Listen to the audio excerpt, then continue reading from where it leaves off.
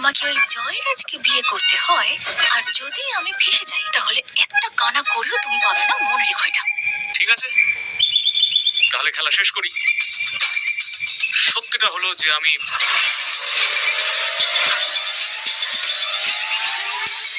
চলুন তাহলে আমি আমার পরিচয় আবারও দিয়ে দিচ্ছি। আমি ঈশান আওয়াস্তে, জিয়ার বয়ফ্রেন্ড। জিয়া আমাকে বেছে নিয়েছে। কি হচ্ছে এগুলো?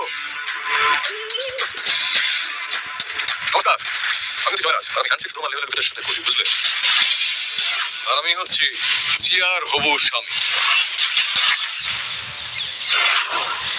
আর আশামাই তো আমাদের বিয়েটা ফিক্স করেছে। আর আশামা একবার যেটা বলে দেন সেই কথা নড়চড় হয় না। কি আশামা, তাই না? হ্যাঁ হ্যাঁ, আমি কি করতে পারি না? ওই যে বড় বড় শহরে গিয়ে এটা নষ্ট হয়ে যায় মেয়েরা। এমনিতে আমি ওকে বলেছিলাম যে তোমার মতো ছেলে পাবে না, খুঁজতে পাবে না। এত ধনী, ক্ষমতাশালী, প্রভাবশালী তোমার সম্মানের সাথে তুলনা। কিন্তু আমার কথা কি এটা ভাবে নাকি?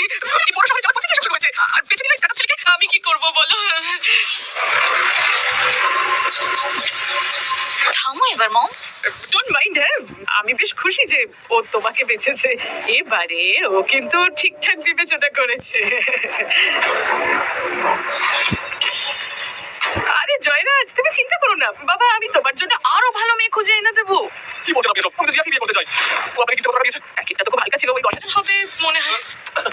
আশামা, আমি আপনাকে 50,000 দিয়েছি। 10,000? ও যদি সত্যি এত বড় লোক হতো তাহলে গিফটটাও তো বড় লোকদের মতন দিত। এটা তো আমার ডোনেশন মনে হচ্ছে। জয়রাজ, আমি তোমাকে বিয়ে করতে চাই না। কেন? তুমি আমাকে কেন বিয়ে করতে চাও না? ও কি আমার থেকে বড় লোক নাকি?